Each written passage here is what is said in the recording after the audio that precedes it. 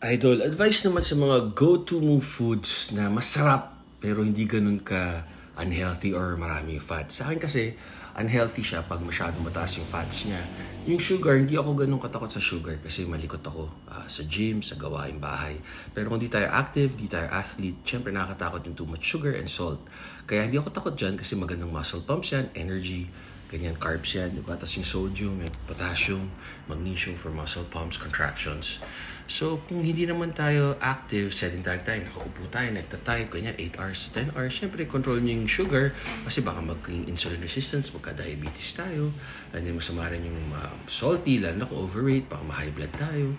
So, ganun lang, balanced lifestyle lang. Pero mga go-to ko dyan, yung mga barbecue, yung mga manok, di ba, sasarap niya, mga inihaw na manok, barbecue, kalderetang kambing, mga luto ni Mrs. kahit na ano, pati yung mga pansit-pansit, lomi. Tandaan nyo, tama kayo, mali ako, I'm not your doctor, do what works for you. Hindi ako nutritionist nyo, hindi ako life advisor nyo, financial advisor nyo, doctor nyo, trainer nyo.